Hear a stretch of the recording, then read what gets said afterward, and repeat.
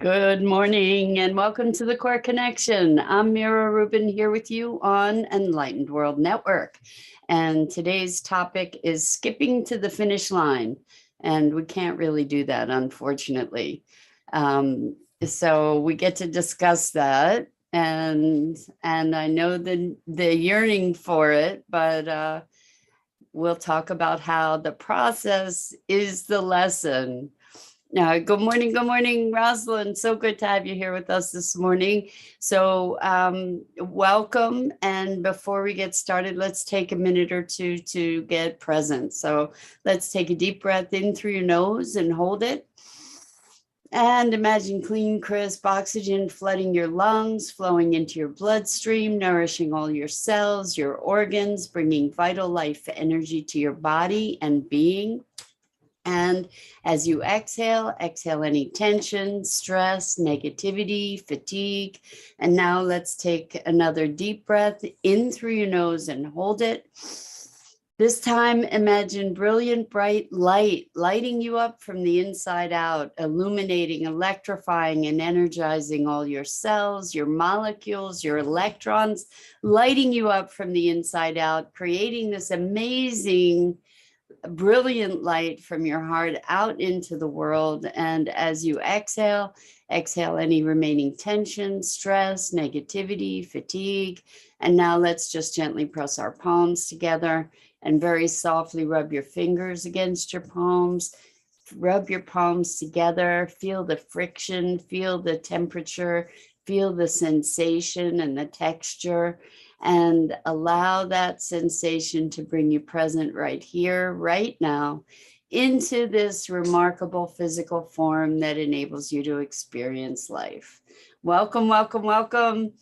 So skipping to the finish line, you don't get to, in a race, you don't get to skip to the finish line, right?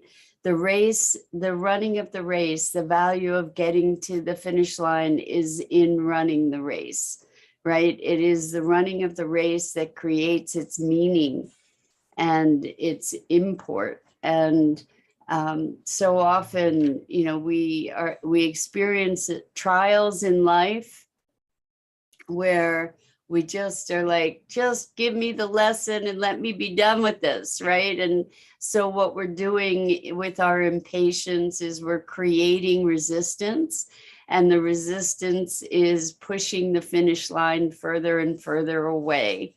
And so this conversation comes from a conversation with a client yesterday who was just feeling this great impatience with having to go through the process, And one thing that we get to learn is the only way there is through it, right? You can't go over it, can't go under it, can't bypass it, got to go through it.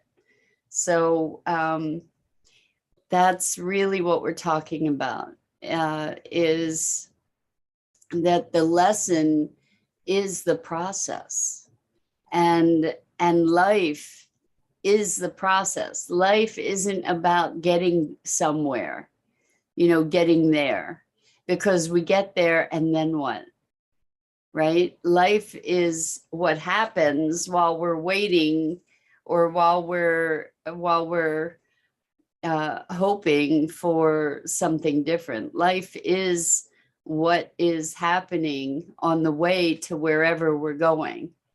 And once we get to wherever there is, what we find is that we're left with now what? And so when we allow ourselves to have life in the process, that life, we are life expressing itself in its process, right? That we are evolving in our own process. And there is no such thing as skipping to the finish line, right? In fact, there is no finish line. That's the illusion, so you finish that race, whatever that race might be, you get to the finish line, and now what? We've talked about when we live life with goals, and the focus is on the achievement of the goals rather than the beingness in the process of living toward those objectives, whatever they may be, or those intentions, then we miss life.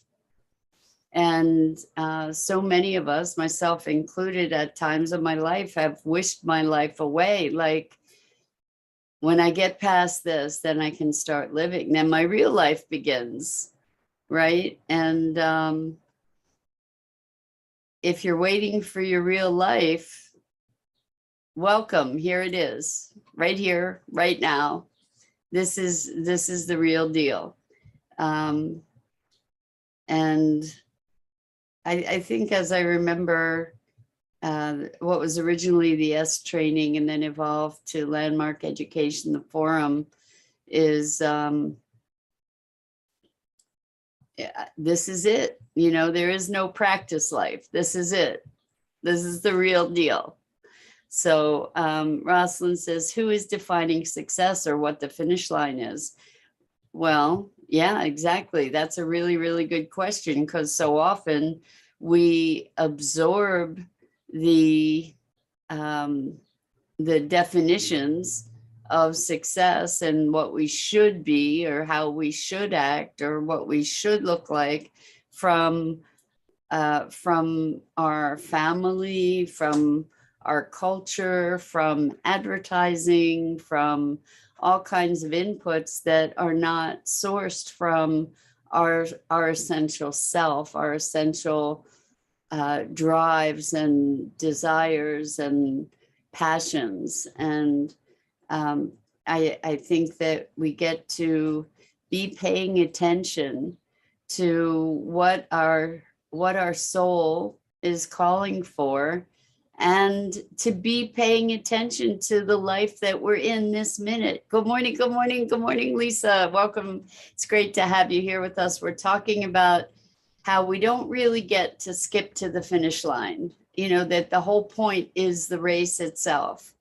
And so while we've been conditioned in so many ways to make the finish line the only thing that matters, the fact of it is how we run the race. And I don't even like the race analogy, because it's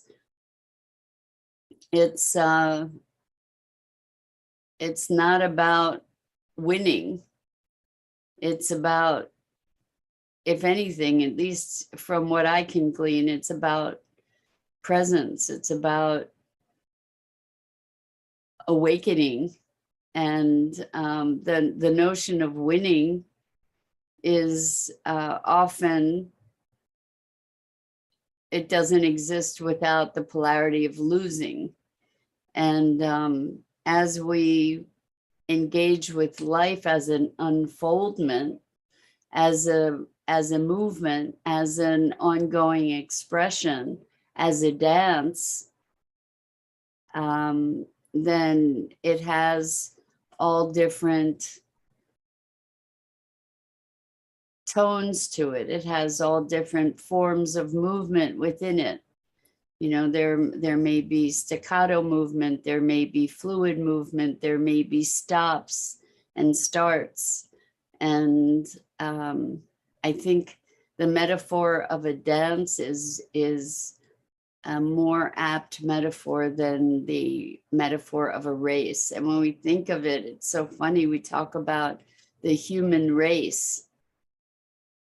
And I think that, unfortunately, that's a pretty good representation of the way that most of us live. Like we're running a race to get somewhere, and there is nowhere to go. There is nowhere to get.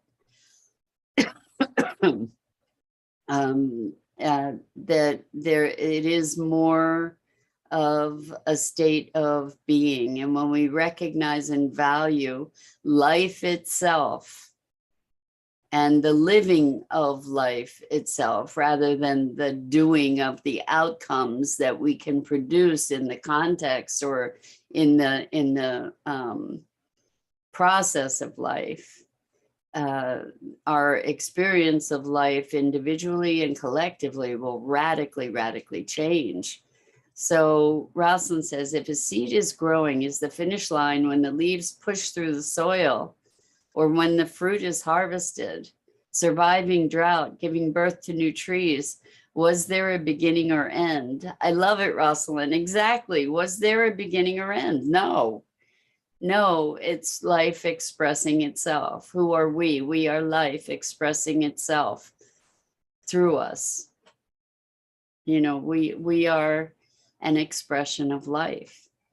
And you know, whatever achievements humans achieve, for the most part, they're immaterial. They don't, and I don't mean that they don't manifest materially, although that's, you know, up for grabs. But if you look at the existence of human beings on the planet, we're a speck in the timeline of the universe, right? We're not even a speck. And good morning, Kimberly. Welcome. So good to have you here with us. We're talking about how we don't get to skip to the finish line. So the process is the lesson, right? Like, how do we get this wisdom? How do we get the lessons of our lives? We get the lessons of our lives by going through the process that hones us, that refines us, that challenges us, that reshapes us.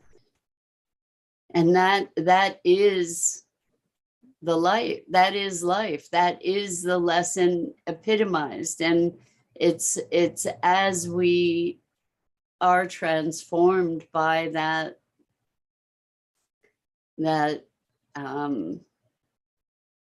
shaping that life imposes upon us in its way, or that we engage in, hopefully, without the less resistance we have, the quicker we learn the lesson. That's really one of the takeaways from this conversation I was having with my client, is just they were feeling very impatient to get to the finish line. And I was just saying, guess what?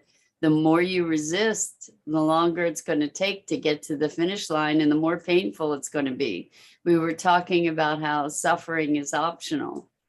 And I know I've shared this with you before, but when I had occasion to volunteer at an event with the Dalai Lama for a week, my biggest takeaway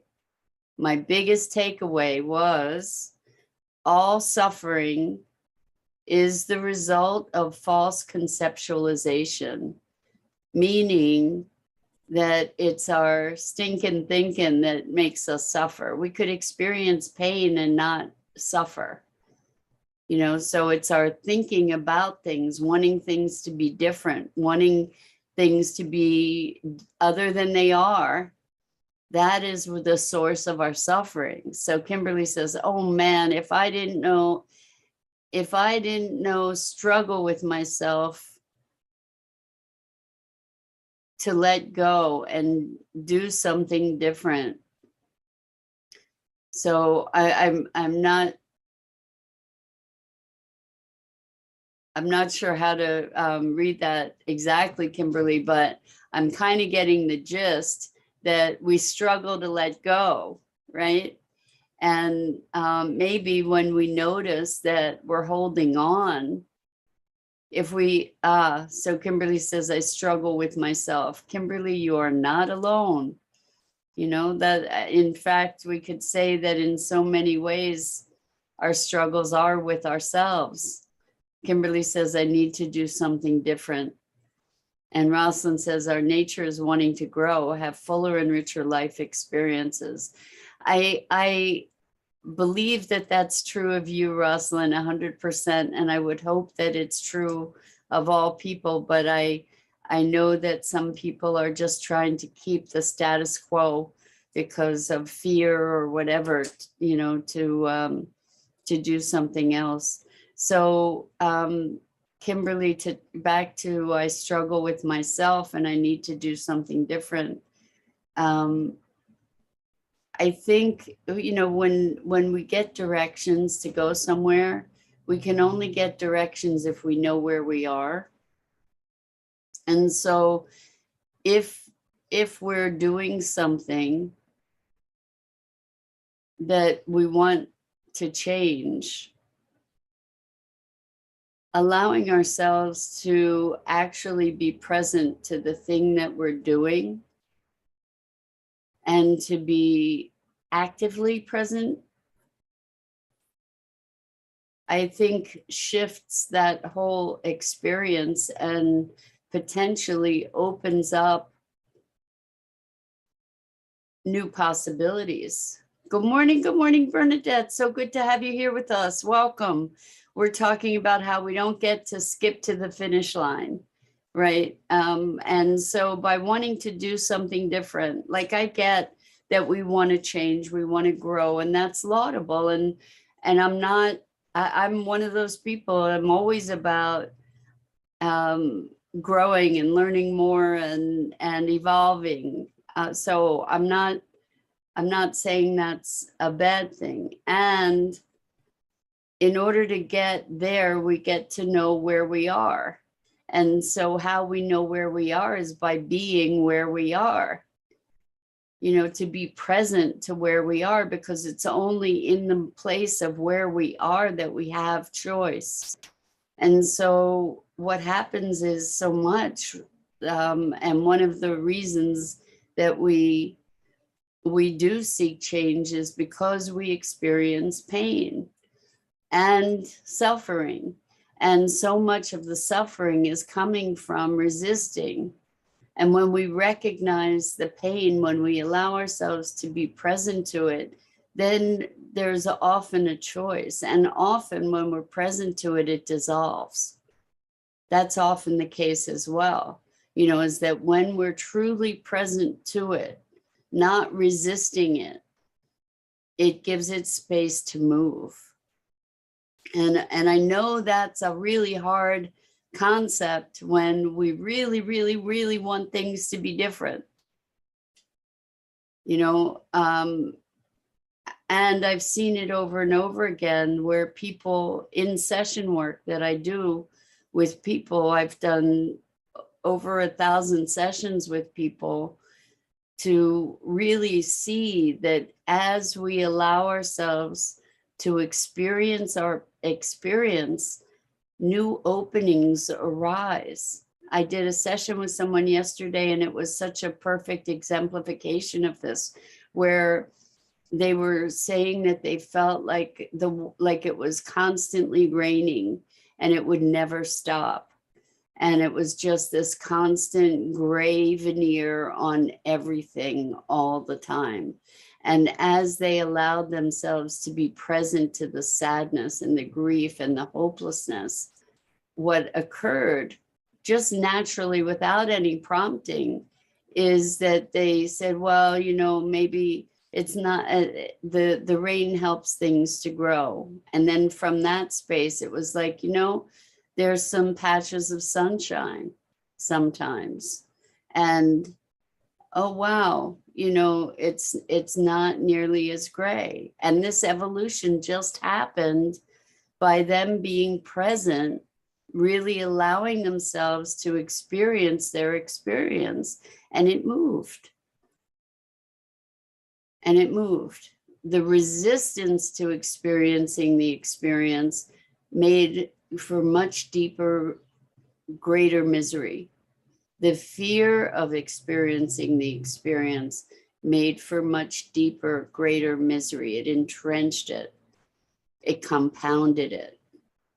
And that is part of, like, that is what the learning is. And it takes however long it takes to let go of the resistance, to be present to the experience, then change is a natural part of learning. Change is a very natural part of our being.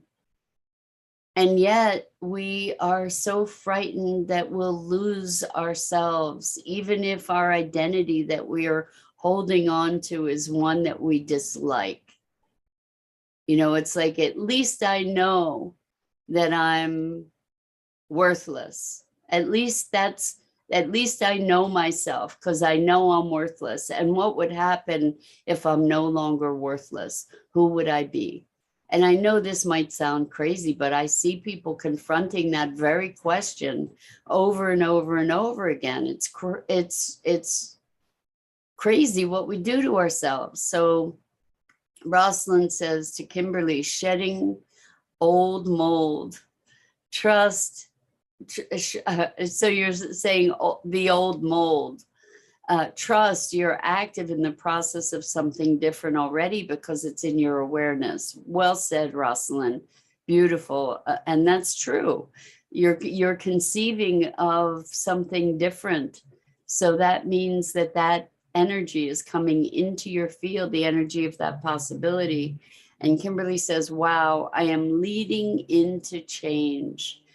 Yes, beautiful. And so part of leaning into change is letting go of the grip, like the nails and you know, wrenching grip that we are holding on to the way things are, and that we're also holding on to the way we want things to be different. So Lisa says, I was having the same dream over and over. I was being chased and hunted. It wasn't till I said I surrender, then it stopped. Wow, Lisa, amazing, amazing, amazing. That's brilliant. I had a dream that was so powerful where I was being chased, brutalized, and it wasn't until I turned around and rose up and said no, and that was the end of it. And that's what you did too. You said I surrender. And so maybe this part that was chasing you was your awakening. I think that so many of us have that experience where our higher self is chasing us to say, hey, wake up, wake up, wake up. And we run, run, run. And when we finally turn around and surrender, then that's when the lesson is complete, that particular lesson. So Kimberly says, I still need to process all of this. Kimberly, we're all in that process of processing it all, truly. Kimberly says, I'm so sad I've repeated patterns for so long. And so what you can do is you can use that sadness to give you the inspiration to create something new. One of the gifts. So last night I couldn't sleep, and it's interesting how this happens sometimes where, you know, I just memories come through, and in those memories, there's all kinds of possibility and potential for regret and sadness and shame and all of that. And as I was reviewing all of these memories, I did what I talk about doing with all of you, and that is, what must have been going on for that person to be acting in that way? What must have been triggered? What were the wounds? What was going on underneath that? And also to remember, and this is a biggie, that we need to be willing to forget who we are. And what that means is we need to be willing to disconnect,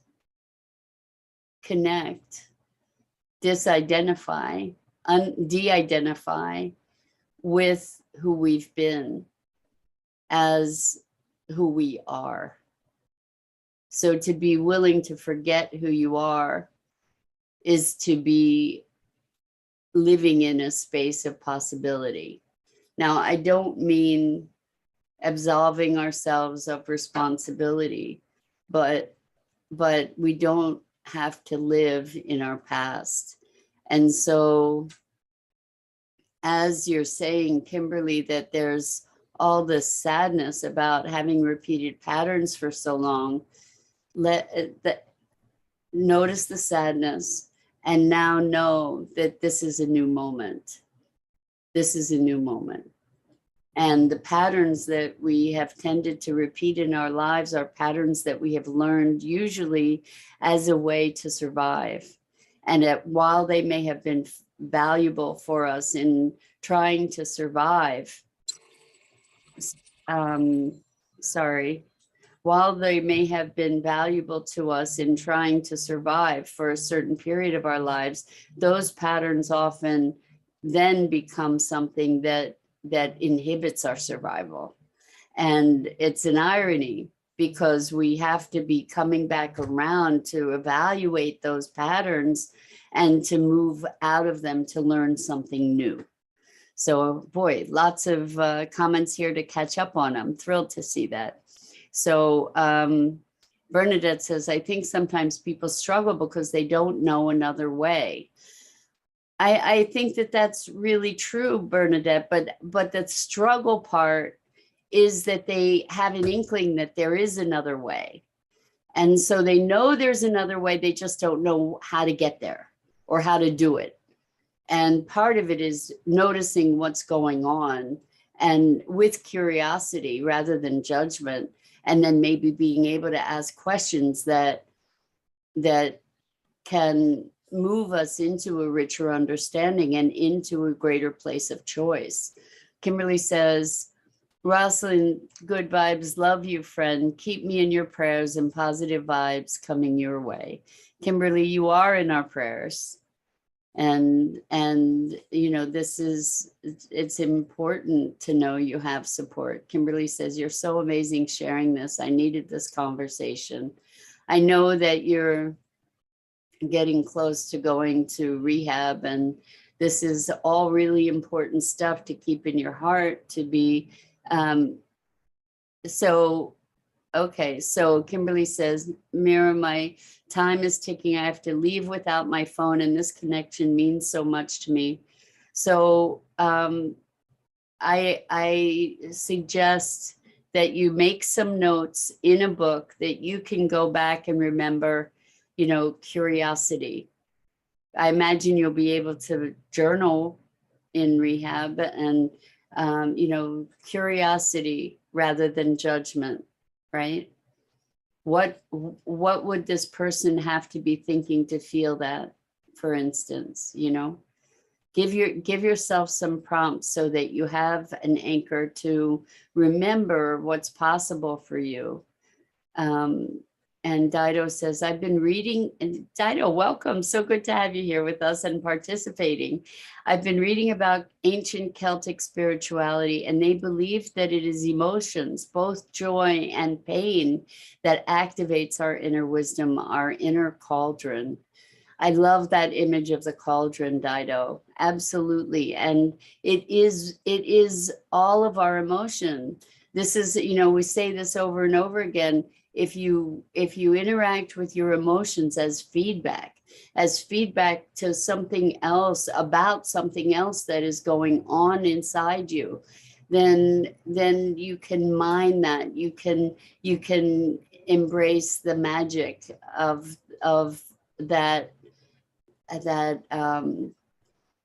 amazing mixture that is within that cauldron, that inner cauldron. That's what we are, is the composite of all these energies all together. We're all of it. We're not just any one thing. We're not all bad. We're not all good, if good and bad even exist. But we are the spectrum of experience. We are life experiencing itself through us, or expressing itself through us.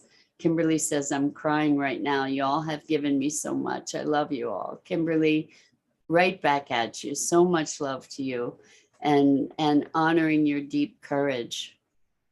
Pookie Lee, welcome, welcome. So good to have you here with us. So Pookie says, I love this conversation. We are all learning and growing, and change is a huge part of that process. We must have deep compassion and love for ourselves while we are moving through this beautiful discovery process. I agree with you, Pookie. And the thing is that even though things look ugly sometimes we feel ugly, or we have difficult emotions. That is part of the beauty, because there's this contrast, there's this spectrum, there's this range of experience. Kimberly says, thank you, thank you, thank you for this connection and learning. I'd not be where I am today. Wow, Kimberly, that is so kind and wonderful. And I feel so honored to be fielding these conversations that we can all engage with so richly. So Rosalind says, life is a journey. And even if everything doesn't always go according to plan, it's a choice to look at ways to dance in the rain rather than waiting for the storm to pass. Love that, Rosalind. That one goes on, it gets framed and put on, put in a place where it can be seen and read regularly. That's just beautiful. I'm going to read it again. Life is a journey, and even if everything doesn't go according to plan, it's a choice to look at ways to dance in the rain rather than waiting for the storm to pass. Beautiful, beautiful. And Dido says, Kimberly, holding you in the light, as are we all. Truly, truly. And welcome, Susan. So good to have you here joining us. Welcome.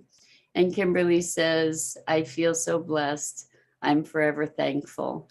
And know that we're with you and we're here when you return, Kimberly. And know that you're stepping into a whole new realm of possibility. Allow yourself to embrace that.